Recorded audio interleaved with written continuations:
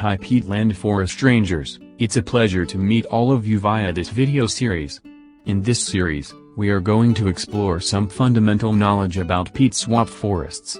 This series will cover a brief introduction to peatland forest ranger, wetlands and peat. At the same time, the peatland distribution in Malaysia will be discussed. This series will also cover biodiversity, potential threats and rehabilitation activities at the peat swamp forests in Malaysia. As a conclusion, the significance of peat swamp forests protection will be discussed. Initiated by Global Environment Center and funded by HSBC Bank Malaysia Berhad, in collaboration with Selangor State Forestry Department, Selangor Education Department and District Education Department since 2012, Peatland Forest Ranger is an environmental education program that aims to educate students on peat swamp forests near them. It also aims to provide knowledge, exposure and awareness about the responsibilities and roles of local youth to conserve and protect peat swamp forests surrounding their area, and to promote the sense of responsibility among the community to act and partake in safeguarding shared environment. In brief, it can be said Peatland Forest Ranger Program is a platform to mobilize young people, by nurturing their enthusiasm through scientific knowledge of environmental issues and engaging them in environmental conservation efforts. Before proceed to peat swamp forests, you should be aware of wetlands. Wetlands are places where land meets the water. Like mangroves and marshes, peat swamp forests are examples of wetlands. Peat is defined as a soil type containing about 10% organic matter and 90% water. It is formed from decayed trees, moss, grass and animal carcasses that have accumulated in a water-saturated environment in the absence of oxygen. In the tropics, it is formed from decayed leaves, stems and roots of plants. The color of peat water is dark brown and is highly acidic with pH between 3 and 5. It comprises about 90% water, which enables peatlands to have a unique ability to store large amounts of water. At present, manual probing technique is commonly applied to measure the depth of peat in Malaysia.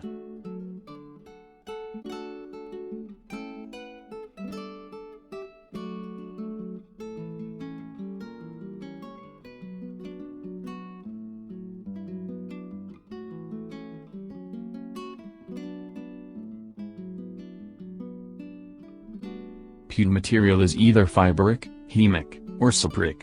Fibric peats are the least decomposed and consist of intact fiber. Hemic peats are partially decomposed and supric are the most decomposed. The estimated total peatland area in Malaysia is about 2,560,341 hectares, approximately 8% of the total land area. The largest area of peat, which is 1,645,585 hectares, is found in Sarawak.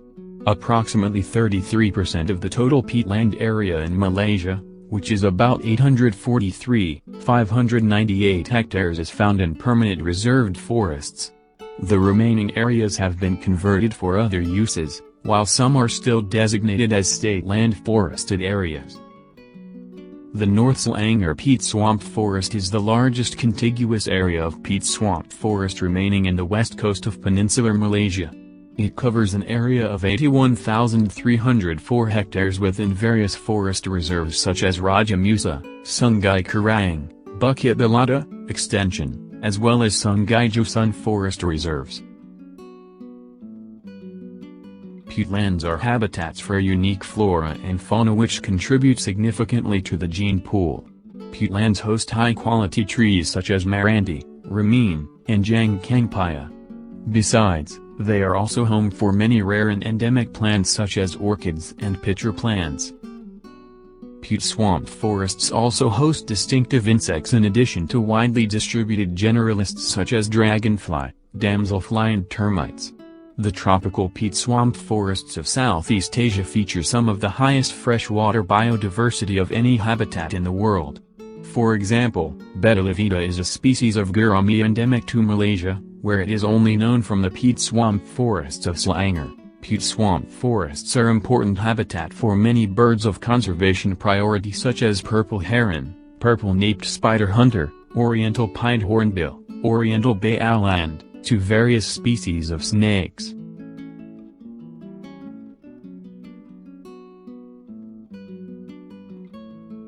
Peat swamp forests are home to many fauna species. These species had over the years adapted well to this unique habitat. On the other hand, rich food source in peat swamp forests supports various species of herbivores, carnivores and omnivores such as sun bears, wild boars, tapirs, leopards, Malayan civets, Malayan porcupines and barking deers. It should be noted many of these species are vulnerable and need to be protected under the law.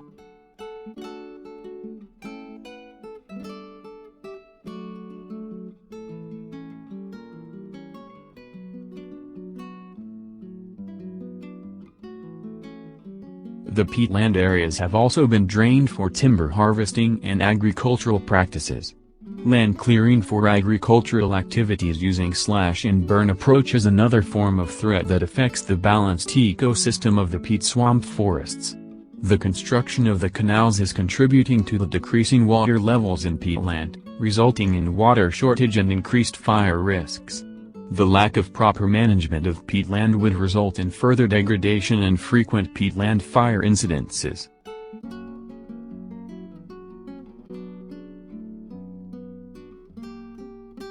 In order to overcome this, sustainable hydrology management practices are important to retain the water, such as the construction of canal blocks, water table and water quality monitoring.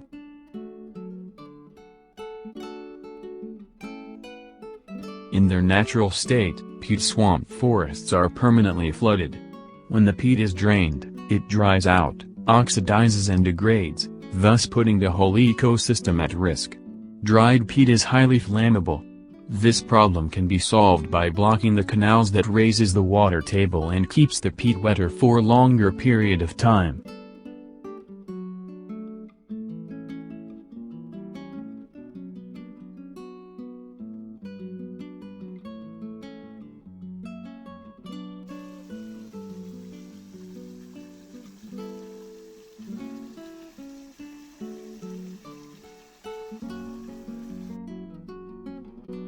Piezometer is a tool used to measure the water table in peat swamp forests.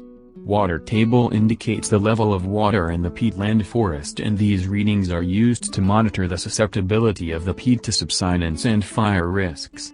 The patrollers will perform water table monitoring on a regular basis at the forest and adjacent lands. The water table data will be analyzed and reported on a weekly basis to alert the respective authorities to take necessary fire prevention actions based on current water content at the forest sites. Monitoring water quality of the perimeter canals is a part of environmental assessment that reflects the ecosystem health of peat swamp forests.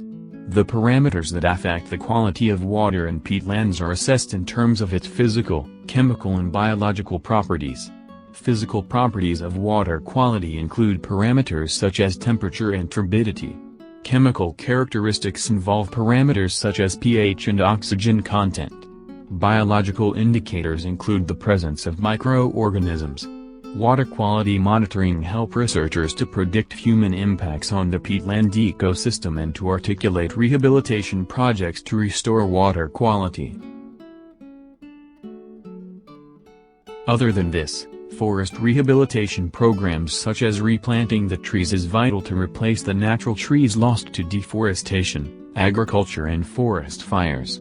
Sometimes, public participation such as school kids, surrounding community and funders are included in the tree planting programs to raise awareness on the importance of the peat swamp forest ecosystems. In order to support the survival rate of the previously planted saplings, and natural regeneration of the secondary forest, post-planting maintenance activities such as thinning, weeding, fertilizer application and replanting are usually administered at the planted sites.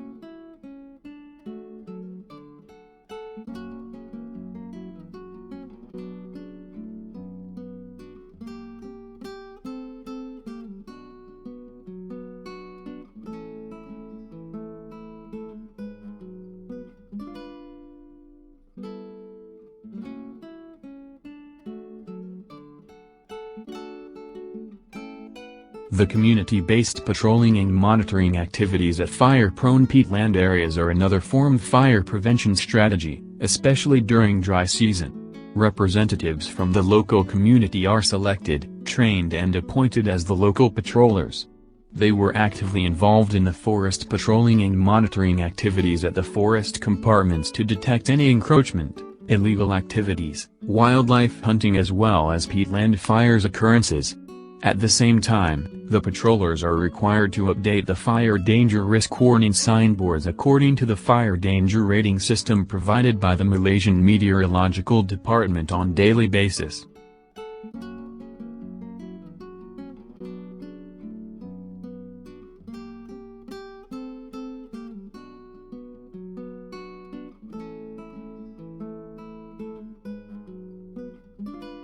Hi peatland forest rangers, do you know what is the necessity of protecting and conserving the peatland forests? Here is the answer.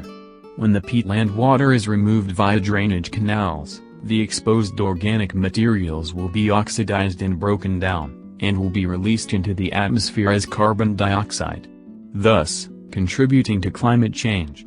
Loss of soil carbon makes the peat subside from time to time.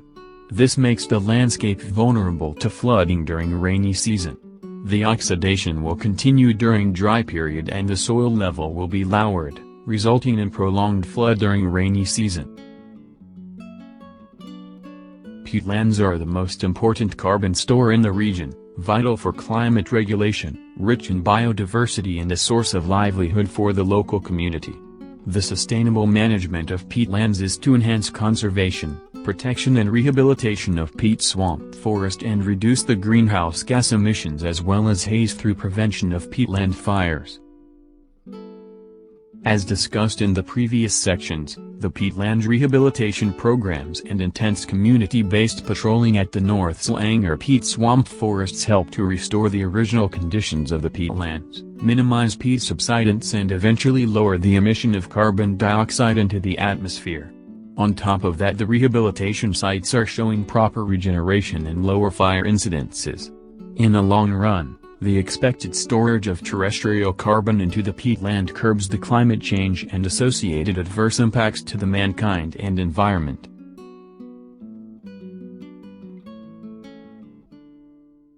Thanks and see you in the next series. Bye.